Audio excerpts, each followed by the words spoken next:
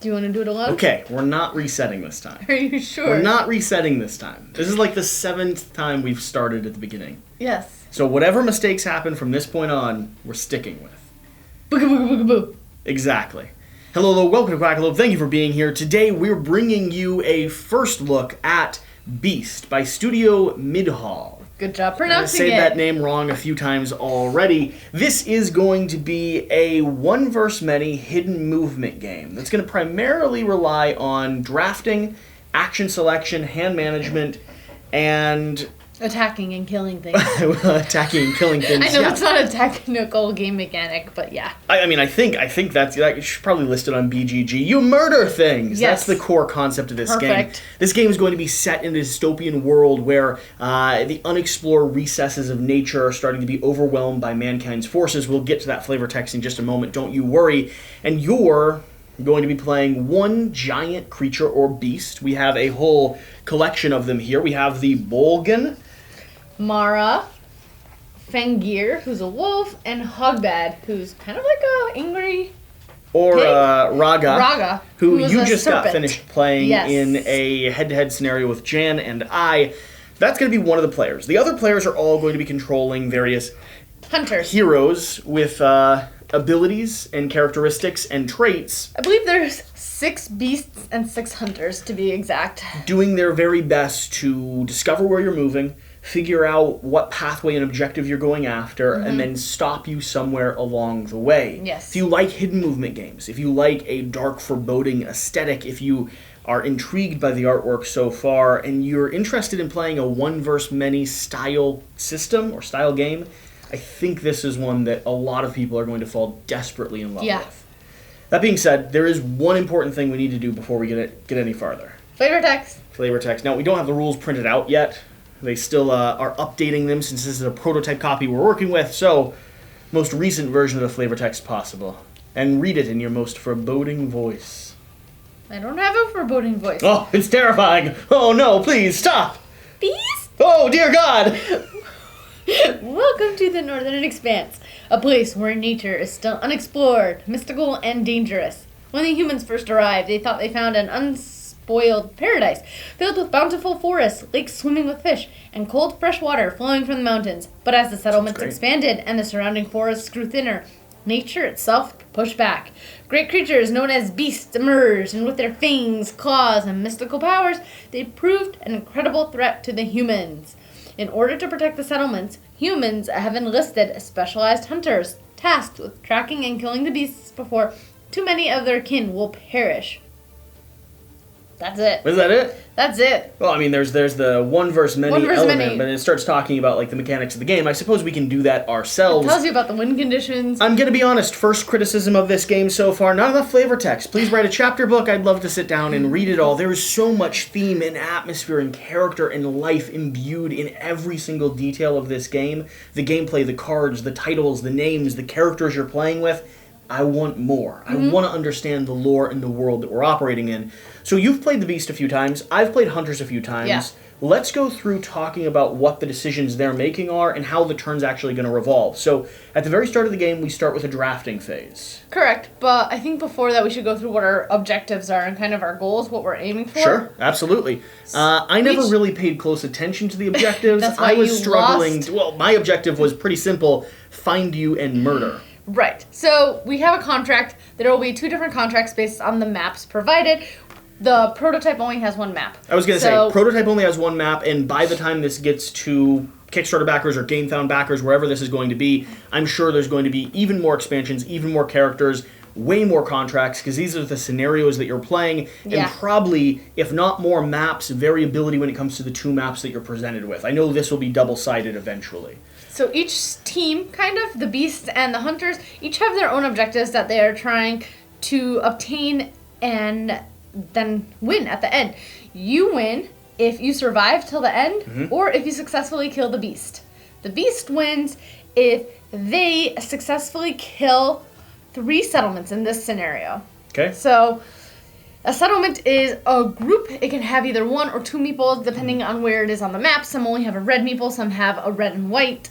The meeples have different strengths, And then each night you kind of have different mini goals that you're getting to kind of amp yourself up and become more powerful. It's going to go through a 4-day cycle with day or dawn and night phases in each one. That's where you're going to go through the process of drafting, upgrading your abilities, then playing cards to take actions, and then resolving or sort of finalizing and drifting into the upkeep phase of the game. Correct. So, you start with this. Our objective over here is going to set the system that we're playing in. For instance, northern settlements. As the newfound settlements quickly expand, the beasts awake. Hell-bent on driving the humans back, only a select few hunters was deemed strong enough to stop them. Or the drowning. When the feathered king was slain, black clouds covered the sky. An ocean's worth of rain was unleashed upon the northern lands, as if the world itself was in grief. The 6 great beasts long for revenge. When the clouds finally disappeared and the humans are still frantically trying to recover, that's when they'll strike. I think the other map is actually half submerged in water, It is. and it only has land on top, which is very thematic with that. Yeah, it absolutely fits with what that scenario is setting up. Kind of like if it says beasts, plural. I'd kind of like it if you can have more than one beast in play. It'd be interesting. I'd be very curious to see what sort of different options they give. Yeah. I'm not familiar with those. So, after you've set up the win and loss conditions of the game, what you're going for, we're going to start with a drafting phase. We're going to be passing around a set of action cards. And every player is going to end up with 4. Now, the fascinating thing about these cards is going to be the fact that they are multi-use, top and bottom, based on which role you're playing. Yeah, so you kind of have the dilemma of trying to pick the card that is best for you, and then also trying to not pass along the card that would be best for your opponents. Or if you're playing as the 2 hunters, trying to pass along a card that you might have the other person deem as helpful. So let's say, for example, the hidden passage. The hunters could move a hunter to another hunter's location. So that kind of allows you to kind of move across the map, which you guys utilized quite a bit. The beasts get 2 beastly talents, which beastly talents are kind of a separate deck that only the beast has access to. There are a lot more cards and abilities, and some of them cost money and are a lot more powerful. Hunters have a similar deck called Hunter Items, where they too can get more powerful cards, and some are also costing. Now, you're going to be going through, at least in our prototype, the majority of our action cards every round. I think in a 4-player game, you're probably using almost all of them. And so from dawn, so when dawn starts in the 4 times in this game, you're really going to be getting familiar with the cards that give you the opportunity to act and starting to plan what you actually need and what other people might have. Yeah. But you're not familiar with the items that you have or the beast talents that you have or the special abilities that you're able to get. Every character is going to be asymmetric with their own special powers and upgrade pathways that you can unlock throughout the course of the game. Every beast is also going to have their own custom cards along with a lot of powers and tokens that they can spawn. Yep. So, at the beginning of Dod phase, you are all going to draft, passing from player to beast and back and forth. It's not like cards stay on one resolve. After the drafting phase is done, we're going to start with the activation. Beasts always start, and then we move in a clockwise fashion. Now, on the beast's turn, what were you focused on? What were you doing? So I was kind of simultaneously paying attention to the mini bonuses I was trying to accomplish, and also trying to maneuver my way around the board to try and accomplish those endgame bonuses. Now, the way you maneuver around is going to be hidden Through a knowledge. series of movement cards. You have 4 directions: west, south, east, and north, and then you have a 5th card, and it's kind of a cool one. No movement. So when you play it, you cannot have any meeple in your location, but when you do play it, it does not generate a track, which tracks are the way the hunters kind of find the beast. If they stumble upon a location that the beast had passed through, then the beast plays a track down. That allows the hunters to kind of get a sense of where the beast was headed or where they knew the beast was last located. Additionally, if the beast passes through a place with some of the meeples, then they have to place a track down themselves. Yeah, anytime they're revealed, we'll have a little bit of knowledge of that. Along with that, anytime the beast takes an attack action, they're revealing themselves on the board, and their pawn is actually going to stay locked in that place, indicating that that's the last known location we had for them. So this game has a really interesting balance. Instead of always being hidden, like some of the other hidden movement games I've played, until that final showdown, This is one where you're choosing and we're choosing when to track you, when to reveal yourself, when to appear in the land, and then disappear back into the darkness. It's cool because, like, thematically the beast kind of pops up, does a quick attack, and then goes and burrows down. Yeah. And to be hidden again. Now, on your turn, you're going to make a decision to play 1, 2, or no cards. If you have less cards than other players around the table, you can go ahead and pass. That means that they have to take actions to sort of catch up to the stage in the game where you are. It allows for a little bit of a balance where we don't run out of cards and allow the beast player to just ravage the land. We can wait and be patient until they act or do something and then move swiftly and purposefully. The other two options are going to be playing blue or red cards. You can play one of each, and these will allow you to do usually movement, attack, sleuthing abilities. Some of the items will allow you to spawn things onto the board.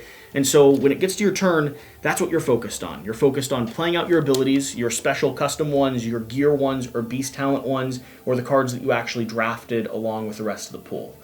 Additionally, if you don't want to play any cards and you cannot pass, you can always discard a card to flee. Yeah. And that allows you to move one movement, and that's your Which takes your whole action, but if you just need to get somewhere... A, if you need to get somewhere and you're kind of stuck and you have no other movement cards, or B, you don't want to play anything else because as the beast, I didn't want to alert the hunters where I was located, so sometimes I purposely fled just so that I could be secretly moving while they didn't know where I was going. Now, in the course of a game, playing the hunters, I was primarily focused on trying to find your trail, trying to get a sense of where you were going and guesstimate based off of the regions, the locations, and what I've seen you do and what objectives you're going for, where you might be hunting. Yep. You're going to start here in this middle region, which actually encompasses everything, and then move from there. And so the natural inclination is to sort of rush that zone, pick up your trail, and start tracking you down. You, as the beast, are doing your very best to avoid us and sort of... surprise you, kind of dance around you. An additional thing that's associated with the movements are the different terrain types. So the beast specializes in one of the terrains. The beast I was playing with, Raga, can go into the swamp area and maneuver a lot easier through the swamps, can attack easier through the swamps. Not only that, she can spawn swamp areas onto the map. And so as you were summoning your minions, you were also converting the land to swamp. Right, because most of my abilities for the beast have to be done. The Hydra and the Slither. The Slither is the main movement card I had, and the Hydra was the main attack card I had. Both of those had to be done if I had to be in a swamp location. It's very thematic in the sense that for you to utilize your ability or your prowess, you can't be sitting in the middle of like a grassy farm. Yeah. It just doesn't work as well for a Hydra, let's be honest. Yeah. So that's going to compose the flow of the game. Like we said, it's going to last for 4 rounds where we're interplaying back and forth, negotiating between players, playing cards down or passing, waiting for someone else to activate and continue progressing the game. Both teams will be leveling up at each night phase. If you have the resources generated in order to do so, those are, some specific objectives. And then these, what are these called?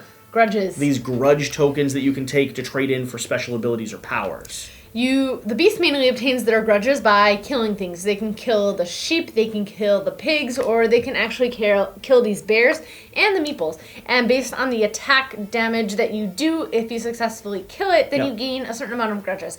Grudges are how you upgrade your board, your character board, and additionally how you play certain hunter items and certain beast talents. Yeah, players or hunters are primarily going to get grudges through card play. That's the main mechanic system there. But when they are able to generate them, they're able to do some special one-time use abilities. They're able to trigger some of their item cards, and they're able to maneuver around the board a little bit more efficiently. Now, when it gets to the game board here, there's a few other cool things that we should talk about. You talked about converting regions to different swamplands, but there's also traps that we can play down. There's minions that you can spawn, and there's going to be different towers and objectives or terrain types that we can place. So I'll talk about the traps if you want to take the minions here in a second. Sure. Okay. Each one of these regions, you can see the white zones here bordered, are going to have trap-specific locations, and if you draw up an item that allows you to place down a trap, for instance this one here, a hexing trap, or this one here, which is a fire trap, you're going to cover the entire region and one location, like the reed or the swampland. Did you specify what a region is? A region is going to be these white bordered areas. Okay. There's 4 of them on the map. It reduces based on how many people you're playing with. Yes. So these will go down face down, and the hunter will be aware that there's a trap in that location. when they the reveal beast will be themselves. aware that it is in that location. The beast will not be aware of what terrain is underneath it, and that's kind of the surprise. So you guys were kind of focusing on the swamps because I had converted a lot of these areas into swamps because that's how I kind of easier move around. And we know you have to activate there. Right. So that was kind of a no-brainer for you. So whenever the beast takes an action that reveals itself, or if we take an action that reveals the beast, we'll be able to trigger a trap. So that's an attack action, that's us searching for them, and when a trap is triggered, whatever happens there is going to happen. It's going to chain if you have enough to allow it to do so. Yes. 2, 3, or 4 traps could go off at the same time, like discarding cards from the hand or getting straight up damage, which is, again, Never the hunter's triggered victory this one. condition. I would have rather discard 2 cards I than played that deal the trap down. damage. I played that trap down knowing that you'd think it would be straight damage because it changed the way that you were interacting with me. Yes. Oh my goodness. I didn't even know that that was a type Right? of trap as possible. Either way, so that's the traps. Now, you're going to have minions that you can spawn. I believe every beast has their own unique minions that they can bring onto the board with their own custom abilities. Yeah, so each beast either has 2 to 3 minions. The minion special ability is located on the bottom, but basically all the beasts come with a card that allows them to spawn the minion. Additionally, the symbol that allows you to spawn the minion, if your minions are already all on the board, it allows you to take an action with your minion. The different actions that you can take are, I believe, movement, attack, or perform the special action. The special action is kind of like an upgraded action that usually incorporates some types Or incorporaces. One of the two. some type of movement and some type of attack. Yeah. So with Raga, I was playing with 2 basilisks. They got to petrify, very thematic. They can attack a nearby hunter, which nearby is not a term we have used. In this game, nearby includes the location the character is at, and then every location attached to it by a line. Which usually is 4 locations. So if a hunter was on any of these other locations, the beast could attack the hunter for 1 damage. The hunter then skips their next turn. Yeah. Some examples of other minions that could spawn. We have the Warhogs here. Push. Push moves exactly 2 steps in the same direction. All hunters, settlers, and animals a Warhog moves over and moves with it. We have the Ploiops or Polyps. Polyps. Burst. Move 1 step. Then a Polyp kills itself and deals 1 damage to each hunter, settler, and animal in that location. The location transforms into a swampland, which is disgusting. We have Charge with the wolf here. Wolves may move 1 step and attack in the same action and in any order. They're vicious. And we have the Lure with the Banshee here. Move each nearby hunter, settler, and animal to this location. Yeah. So you have this whole dynamic of attacking, swelling, pulling, pushing, shifting, and every character and every creature is going to play different based on how they impact the environment and the board. The one thing against the little minion creatures is that they only have 1 health. They're very easy to kill. They're a little pliable. Which is annoying because you kept killing them as soon as I spawned them onto the board, and I wanted to use their actions a lot more. You ignored the one I had in the upper corner. Yeah, it's because he never came after me. Yes. Look, if they're near me, if a snake's near me, I'm going to fire an arrow at it to take it out. Legit. The other things that you can do, and I'm looking forward to seeing even more of these, but we have watchtowers and other terrain pieces that can be placed down on the board. They give us a little bit more security, but they do something interesting in a game like this. They only activate if you have your pawn on them, which means you're sacrificing the ability to maneuver around and actually hunt for you or attack you in order to just guard a zone in all nearby regions. I actually really like how that works. It's a decision point. You really have to decide, do you sacrifice your agility in order to get a little bit more range of vision? It can be tactfully appropriate, especially as the beast is narrowing down to kind of their last kill that they need to accomplish.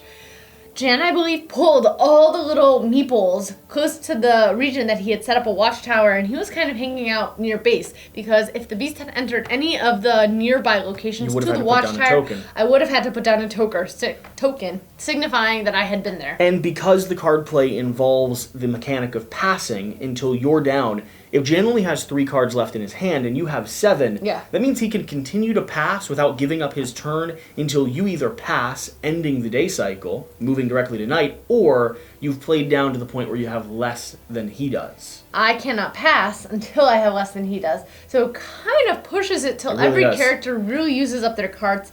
The game doesn't really want you to save the cards. Your cards are your life force. They allow you to do things, and if you lose them, you're kind of stuck. But that card play, that dynamic of waiting until the right moment is actually, it's a really cool puzzle, and I think something that people are going to overlook when they first play the game. Additionally, whether you're playing 1 card or 2 cards, You can play one blue card Extend your or turn a one little red bit. card, or you can play both if you want to kind of have a very impactful turn.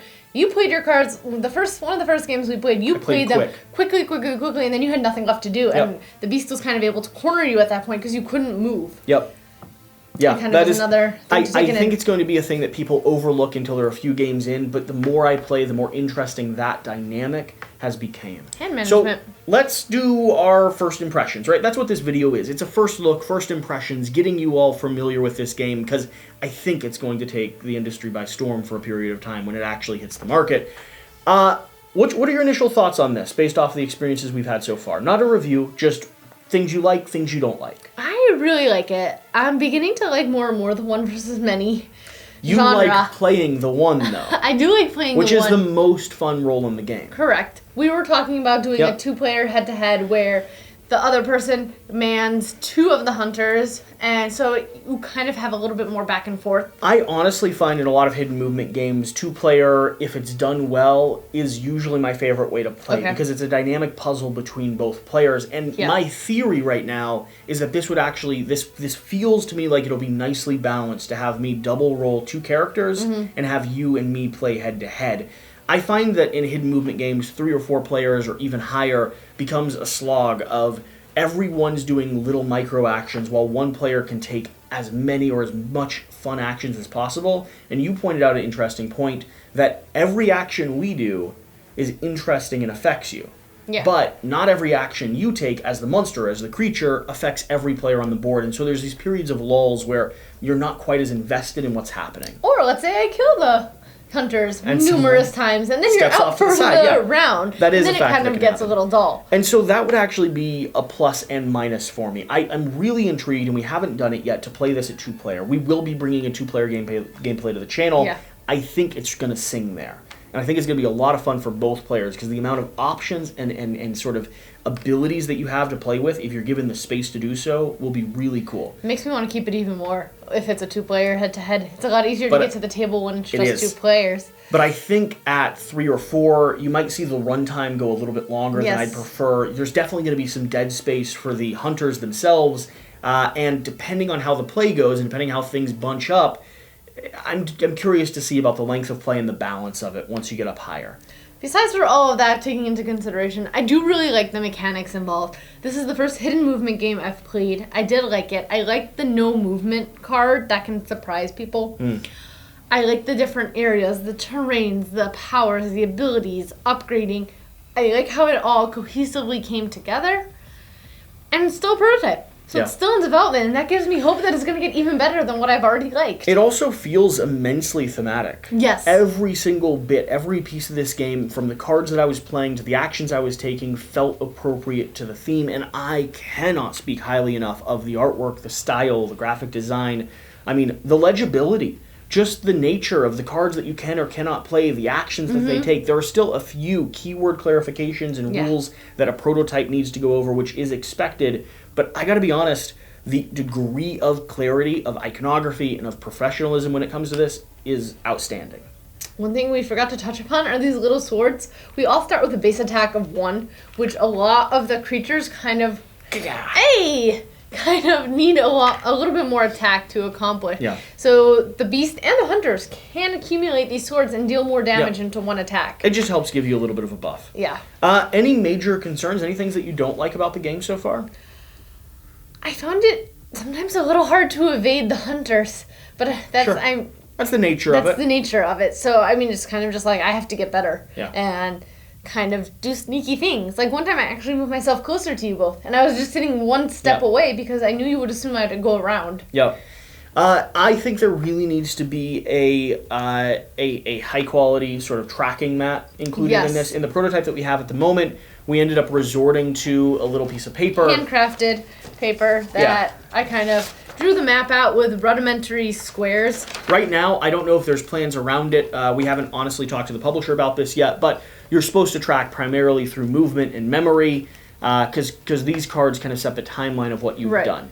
For me, personally, having like a little physical player mat, if it was just about this size and a little piece of card, Little tokens you can put on it. And I could just move a single token around. Or no, you also have to remember where you were, because if a hunter goes through your location, then you have to remind them that Just- you had been there. just some which is the little other simple- aspect that I kept on like rearranging my arrows, kind of signifying where I had been. I also knew where the clearings were to kind of give me some context about the map.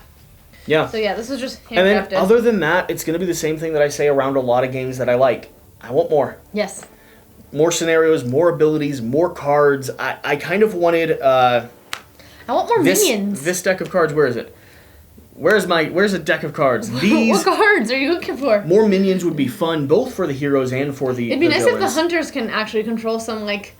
The action cards Lads. here. Like I said, you're going to be going through the majority of them every single cycle in the draft phase, because right now there's only enough for every player to really draft 4 in a Yes. full 4-player game.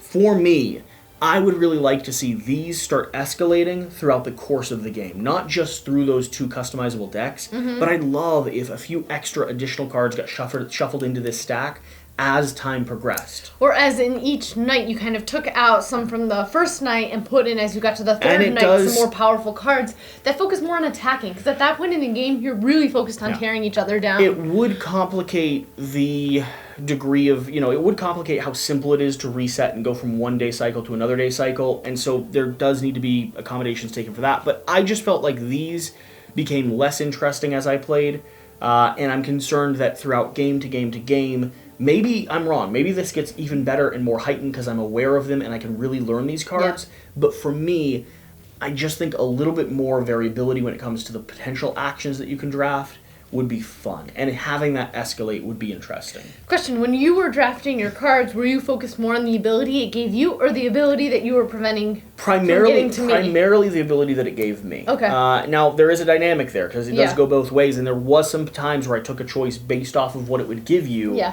But for the most part, I really needed to be able to have the flexibility to upgrade and kind of buff my characters, and that's what I was looking for a lot of the time. Most of the time I did the same. I was just curious as a hunter Yeah. what you had done. Yeah. Yeah, there was 1 or 2 times I kind of was like, oh, I should not pass this along to you guys. You'll be able to attack me like twice in a row. But that's Beast. Yes. So far, I'm very charmed by it. Like I said, I think my preferred player count is going to be 2. That's my theory, and I usually have a pretty good gut check on these games. We're going to go head-to-head here soon. If you're excited about that, hit the subscribe button down below. Leave a comment letting us know how you'd like to see us go head-to-head, what characters you'd like to see pair up, and what beast you'd like to see face Play. off. Yeah. With all that being said, thank you for being here. Something. There's an ending to these videos, but we started messy, we're ending messy. No, whatever the case, whatever you do, remember to do the important thing. Get out and play some games. Thank you. See, I got it. Thank you. We'll see you next time. No. Remember to do the important thing. Get out and play some games. We'll see you next time. And then I always say have a good one, and you're like, thank you. Thank you.